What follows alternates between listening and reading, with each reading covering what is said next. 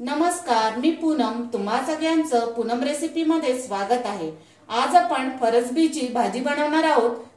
त्यामध्ये आपण फरसबी स्वच्छ धुवून कापून घेतलेला आहे आणि बटाटाही एक आपण सोलून कापून घेतलेला आहे. फोडणीसाठी आपण इथे राई, जिरं, लाल मिरची पावडर, कांदा, हळदी पावडर, मीठ, टोमॅटो, हिंग, कढीपत्ता, आलं लसूण पेस्ट, धनिया पावडर, कोथिंबीर आणि ओलं खोबरं घेतलेलं आहे.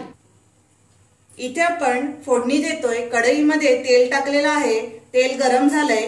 त्यामध्ये आपण जिरं टाकूया अर्धा चमचा.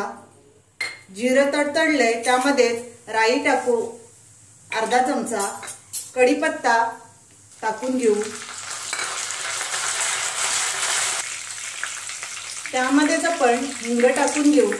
हिंगही आपण परतून घेऊया. हिंग इथे परतलेला आहे. इथे आपण एक कांदा बारीक चिरून घेतलेला आहे.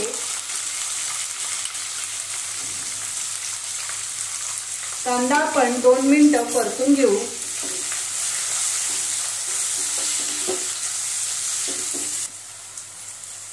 इथे बघा कांदा परतलेला आहे. त्यामध्ये आपण चवीनुसार मीठ टाकूया. चवीनुसार मीठ टाकलेलं आहे. आलं लसूण पेस्ट आपण अर्धा चमचा टाकून घेऊ.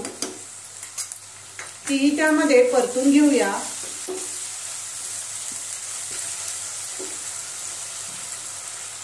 मीडियम आकाराचा एक टोमॅटो आपण बारीक चिरून घेतलेला आहे. तोही आपण कांद्यामध्ये परतून घेऊ.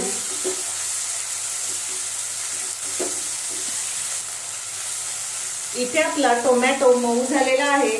त्यामध्ये हळदी पावडर अर्धा चमचा, 1 चमचा आपण लाल मिरची पावडर टाकून घेऊ. तुम्हाला किती तिखट हवंय तसं तुम्ही मिरची पावडर टाका.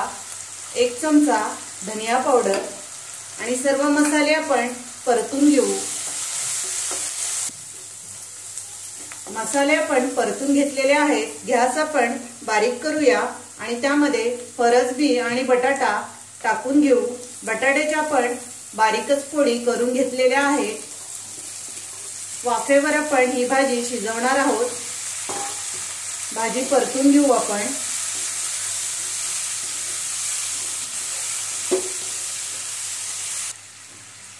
इथे आपण अर्धा ग्लास साधारण आपण शिजण्यासाठी पाणी टाकू. जास्त पाणी टाकायचं नाही, कारण आपण ही भाजी ड्राय भाजीच चपाती किंवा भाकरी बरोबर खायला बनवणार आहोत. झाकण ठेवूया आणि 10 मिनिटं आपण ही भाजी चांगली शिजवून घेऊ. इथे आपली 10 मिनिटं झालेली आहेत. बघा भाजी आपली शिजलेली आहे. बटाटाही आपला शिजलेला आहे. चेक करून बघायचा. इथे आपण गरम मसाला टाकू. त्यामध्ये थोडासा वरून गरम मसाला, ओलं खोबरं.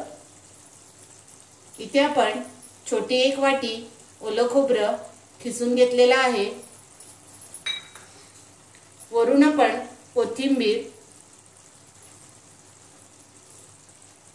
सर्व आपण मिक्स करून घेऊ. खूप छान अशी भाजी डब्यालाही द्यायला तयार होते. तुम्ही ही भाजी सकाळी घाईच्या वेळी बनवू शकता. झटपट अशी ही भाजी फरसबीची तयार होते. एक आपण वाफ काढू. झाकण देऊया.